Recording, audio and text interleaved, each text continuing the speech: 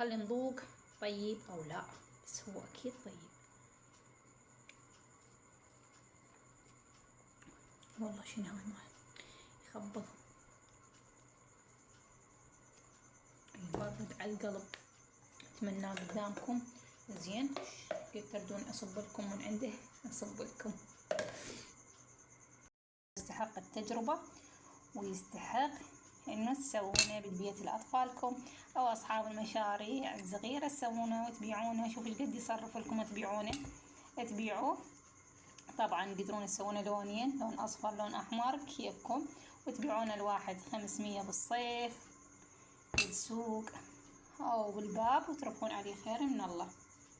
السلام عليكم ورحمة الله وبركاته. شلونكم؟ ان شاء الله تكونون بخير وصحة وعافية يا رب. طبعا راح نبلش ونسوي ازبري. طلبتوا من عندي بالتعليقات قلتوا لي نريد تسوي لنا ازبري، وان شاء الله راح اسوي لكم بطريقة كلش سهلة وبسيطة، وان شاء الله تفيد اصحاب المشاريع البسيطة، وان شاء الله يكون بيها رزق لكم باب خير ورزق يا رب. واللي يريد يسوي بالبيت هم يقدرون يسوون بالبيت، تطمنون من نظافته وتشتغلونه بكل حب لعائلتكم. نحتاج قلاص ونص من الشكر، اي حجم قلاص عندكم ماكو اي اشكال. لتر من الماي. نقول لك احنا ما عندنا لتر، شلون نحسب؟ حسبوا 8 قلاصات ماي، 8 قلاصات ماي، وقلاص ونص من الشكر، وخاشوقة مسطحة من اللمندوزي. يقولون ما اعرف لمندوزي هو ملح الليمون نفسه، لمندوزي يكون حامض. خاشوقة مسطحة، خاشوقة مسطحة مثل ما تشاهدونها مسطحة، تكون من الثعلبية. من الثعلبية موجودة عند العطار، بس تقولوا له ثعلبية راح يعرفها، وشارحتها لكم انا بالفيديو السابق مالت الليدي شنو هي الثعلبية وين تحصلونها. زين وين نحصل اللمندوزي؟ طبعا اللمندوزي تحصلونه عند العطار. وين نحصل الشكر؟ الشكر موجود بكل بيت. زين هذن الخطوات. طبعا راح استخدم الازبري، هذا سعره 1000 أو 1000 ونص. قالوا لي بالتعليقات وين نحصله، لو عند العطار احنا نحصله عند العطار، بس انتم احتمال العطار اذا ما عنده تقدرون تحصلون عند هذا اللي يبيع الوان كيك. طبعا الكيك هاي يحطون الوان ويا الكيك، وهاي تلقون تحصلونه. سعره 1000 دينار. احنا هنا انتم جوز 1000 وربع جوز 1000، ما اعرف والله. ازبري يكفينا كلش هوايه. هسه عرفنا مقادير: قلاص ونص شكر، خاشوقة مسطحة من اللمندوزي، خاشوقة مسطحة من الثعلبية، ولتر ماي اللي هي دولكة ماي أو 8 قلاصات ماي. الخطوة المهمة اللي لازم نسويها كل مرة أشرحها لكم، إنه لازم نخلط الثعلبية واللمندوزي والشكر سوا. خطوة جدا بنجاح، مهمة بنجاح الأزبري، نجاح الأزبري. شرحتها لكم السبب بالفيديو السابق مالت الليدي، قدرون تروحون تشاهدونه، هم راح يفيدكم اصحاب المشاريع القصيره. قصيره شنو؟ الصغيره هسه اقول قصيره، الصغيره. نخلطه. ليش نخلطه؟ لان اذا حطينا الثعلبيه، هي الثعلبيه ماده لزجه، طبعا هي نبات ينزرع ببعض الدول، وهو هذا تخلي الايس كريم الموطه شويه تكون تتماسك ولزجه، وكل الاشياء اللي تسوى بيها المثلجات نحطها احنا. اوكي هسه شو راح نسوي؟ خلطناه عدل، لان اذا حطيناه هنا الماده اللزجه راح يصير فص ويطوف عندنا فوق. خليه فوق، هذا ما مخلوط عدل، فوق الماي. طبعا انا باقي عندي شوي هنا حطيت فوقه شوي، وانا ما غسلت فيه البطل لان ما يكفيني على مود اشرح لكم الفيديو. نخلي نص قلاص او 3/4 القلاص من الازبري، اللي هذا اسمه مستحلب الازبري. خليه فوقه. هو مثل الشربت، هو نكهه وهو لون، بس ما بيه شكر. الشكر احنا ضفناه. هسه تقولون احنا ما لقينا هذا اللي انتي شرحتي لنا عليه. طبعا انا كل اسئلتكم اجاوبها خلال الفيديو. شو نسوي؟ نروح نشتري لون الازبري. لون الازبري يصير باودر. نشتري كيس ب1000 دينار، نلقاه عند العطار. ما لقيناه عند العطار، نلقاه عند هذا اللي يبيع مطيبات الكيك. مطيبات الكيك نشتري لون الأزبري، طبعا باودر يصير لونه هو لون أزبري هذا اللون. شو نسوي؟ نشتري نكهة الأزبري. نكهة الأزبري تصير سائل، تصير سائل. هسه تقولين أريدش تعلمينا عليه، طبعا سهل أعلمكم عليه. تحطون منه شوية قطرات من السائل ونخلي بطرف الخاشوقة من الباودر. بس هسه أنا جاي أشرح لكم على هذا أسهل لكم، هذا أسهل لكم. ليش؟ لأن راح تجيكم المقادير مضبوطة، مو مثل إنه أنتم راح تجون خاف قطر تصير زايدة، خاف تخلونه هواية. زين، إن شاء الله جاوبتكم على كل الأسئلة الموجودة عندكم. زين، تقولون نقدر نسوي غير لون الأزبري؟ طبعا نقدر نسوي بالليمون، نص أزبري ونص ليمون، شايفين من نشتري من المحلات. نقدر نسوي بالبرتقال، نقدر نسوي بأي لون، بس هو اللي احنا نعرفه دائما ونحبه هذا اللون الأزبري. نخلطه كل زين، خلطناه. ها هي بعد ما يحتاج. الفقرة اللي بعدها شنو نسوي؟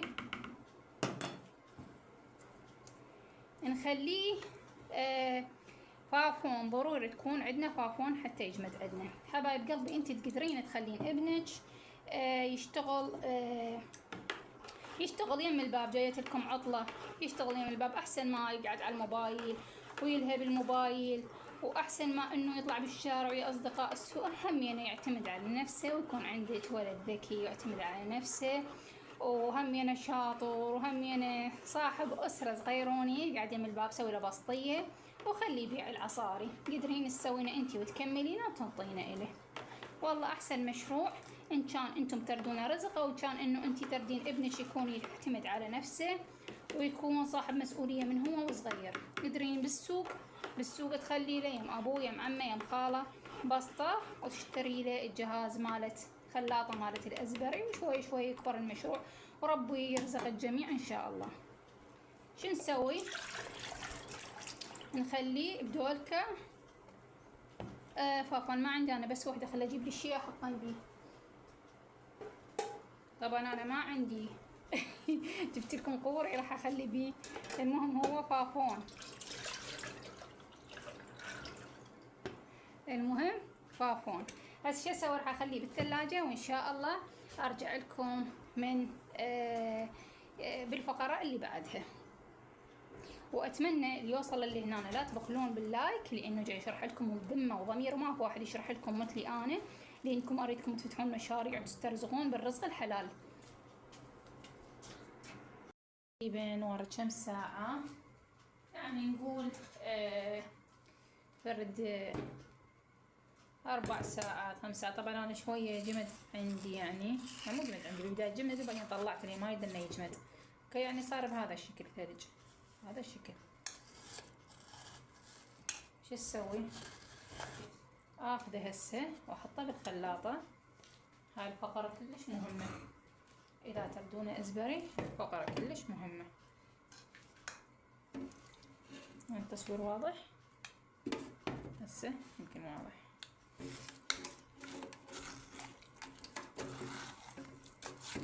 يعني تخلوه من يصير هيجي، يعني هو 4 ساعات 5 ساعات يصير هيجي عندكم حسب نوع التجميد مالتكم. الفريز يعني مجمده او الفريز. ليش حطينا فافون؟ فافون سريع بالتجميد ونقدر نطلعه بسهوله، مو مثل النايلون.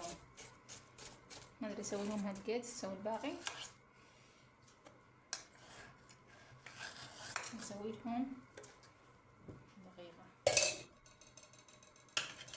يعني ابنك خلينا من الباب بيعون، سوي لكم مشروع محل. اكو خلاطه خاصه مالت شو اسمه، مالت ازبري يعني، او هاي الخلاطه ماكو اشكال. بس الخلاطه مثل الازبري تظل تفتر بيه، هم تجمد وهم تفر بيه.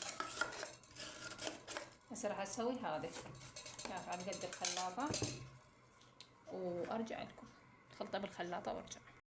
هسه خلطته بالخلاطه، صار عندنا هذا الشكل.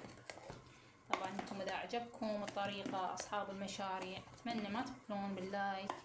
تسوون مشاركة لأصدقائكم، تنصحون الناس متابعة القناة، وادعوا لي بالصحة والعافية ويرحم والدي.